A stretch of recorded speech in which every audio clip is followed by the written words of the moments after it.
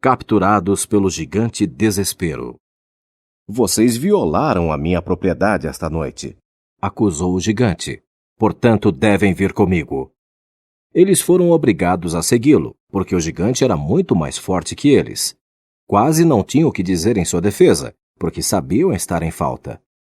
O gigante conduziu-os ao castelo e trancou-os num calabouço escuro, um lugar imundo e fétido.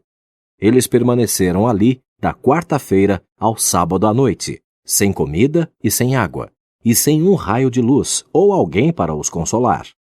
Achavam-se numa situação deplorável, longe de amigos e conhecidos. Agora, Cristão sentia duplo pesar, porque fora sua imprudência e precipitada decisão que os levara a todos aqueles problemas. O gigante Desespero tinha uma esposa chamada Melancolia. Ao ir para a cama naquela noite, contou-lhe que trancara na masmorra 2 prisioneiros por haverem violado a sua propriedade, e perguntou-lhe o que deveria fazer com eles.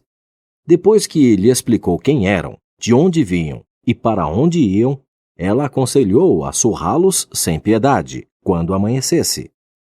Ao levantar-se no dia seguinte, ele pegou um pau de macieira cheio de nós e desceu ao calabouço.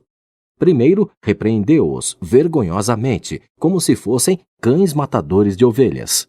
Eles não disseram uma palavra indelicada. Então, o gigante caiu sobre eles, batendo-lhes severamente. Era inútil resistir ou aparar-lhe os golpes. Finalmente, ele os deixou no escuro para se lamentarem e chorarem sua agonia. Ambos passaram o resto do dia suspirando e gemendo. Na noite seguinte, Melancolia aconselhou o marido a induzir os 2 ao suicídio. Quando a manhã chegou, ele desceu ao calabouço num humor sórdido e disse aos peregrinos: Já que vocês jamais sairão vivos daqui, pois nunca lhes darei água ou comida, e o único jeito possível de se escapar de sua miséria é por fim à própria vida, seja com uma faca, uma corda ou um veneno, não seria inteligente pegar o atalho mais fácil para sair do sofrimento? Pois, por que escolheriam viver, sabendo que a vida nada lhes reserva a não ser a amargura? Entretanto, os 2 imploraram-lhe que os deixasse ir. Com isso, ele arremeteu contra os 2 e tê-los-ia espancado até a morte, se não fosse por um de seus ataques que lhe veio naquele instante, fazendo-o perder momentaneamente o uso do braço.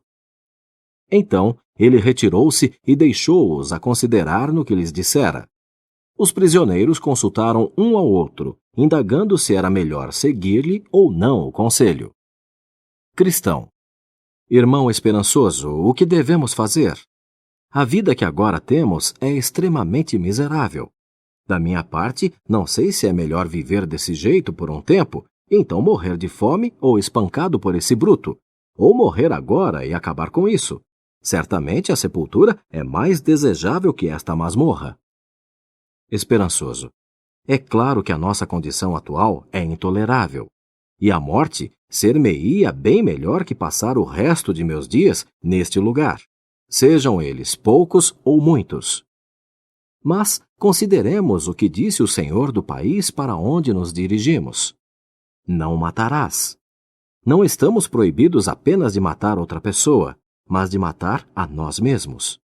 Pois o que mata, outro mata somente o corpo, mas o que mata a si mesmo, mata o corpo e a alma. Você fala facilmente da sepultura, mas se esquece do inferno para onde vão todos os assassinos. Sabe que nenhum assassino tem a vida eterna. E ponderemos também que a lei não se encontra nas mãos do gigante Desespero. Outros, eu entendo, escaparam-lhe das mãos. Quem sabe se Deus, que fez o mundo, não pode causar a morte do gigante, ou que num momento ou noutro o gigante esqueça-se de trancar-nos, ou que por um instante ele tenha outro de seus acessos e perca o uso dos membros.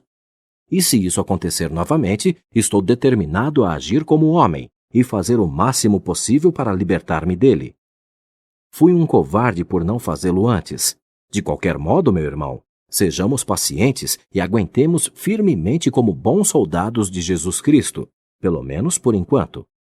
Poderá chegar o tempo em que receberemos a nossa feliz liberdade. De qualquer forma, não sejamos nossos próprios assassinos. Com essas palavras, Esperançoso conseguiu estabilizar o ânimo de seu amigo. E eles esperaram na escuridão por outro dia em seu estado lastimável. Lá pelo anoitecer, o gigante foi ver se eles haviam sucumbido ao seu conselho.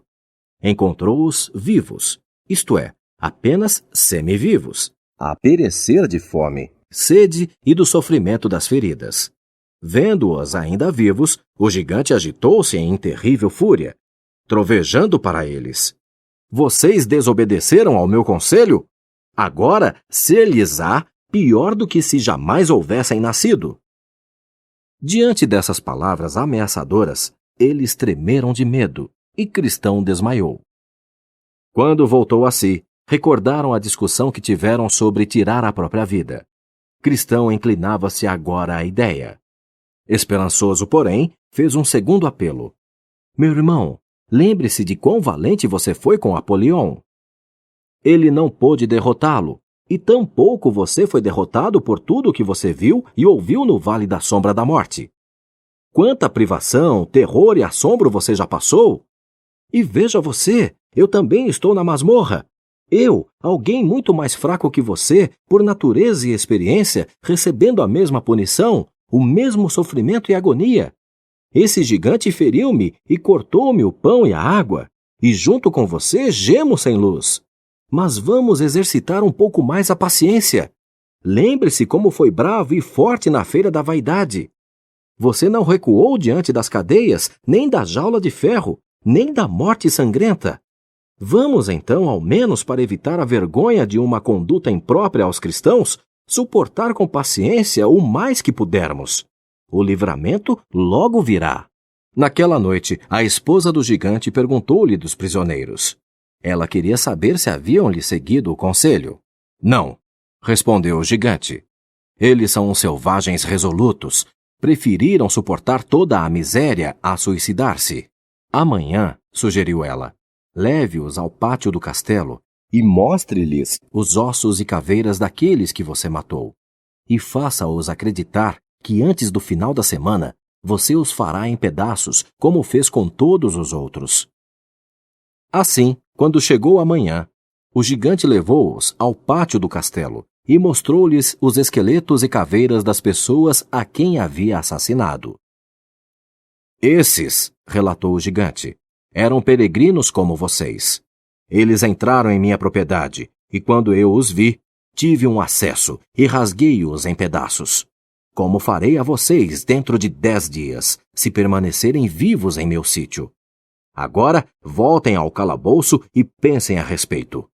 Com isso, espancou-os durante todo o percurso até o calabouço. Lá, permaneceram deitados o sábado inteiro, em condições deploráveis. Naquela noite, o gigante comentou com a mulher que não entendia como os prisioneiros permaneciam vivos. Ele não fora capaz de dar-lhes um fim, nem por meio de pancadas, ameaças ou maus conselhos. Melancolia atalhou. Temo que eles vivam na esperança de que alguém os venha resgatar. Ou podem ter ferramentas para abrir um buraco e esperam escapar. Fuga do Castelo da Dúvida. Por volta da meia-noite do sábado, Cristão e Esperançoso começaram a orar. E continuaram até quase o romper do dia. Foi aí que, repentinamente, Cristão prorrompeu em admiração. Que tolo! Que tolo sou eu para estar aqui nesta masmorra fedorenta, quando posso caminhar livremente para a glória? Tenho em meu peito uma chave chamada promessa, que tenho certeza poderá abrir qualquer porta do Castelo da Dúvida. Esperançoso. Essa é certamente uma boa notícia, meu irmão. Pegue sua chave e experimente-a. Então, Cristão pegou a chave da promessa e introduziu-a na fechadura da porta da masmorra. O ferrolho cedeu e a porta abriu-se. Eles entraram no castelo e foram até a porta que dava para o pátio. A chave abriu-a também. Chegaram ao grande portão de ferro que levava para fora. Embora a fechadura do portão fosse muito difícil, eles a destrancaram e empurraram o portão, prontos a escapar. Mas o portão rangeu tão alto que despertou o gigante. Ele saltou da cama para perseguir os prisioneiros. Entretanto, foi pego por um de seus ataques e perdeu o uso dos membros. Os prisioneiros correram para a estrada do rei, onde se acharam em segurança, fora da jurisdição do gigante desespero.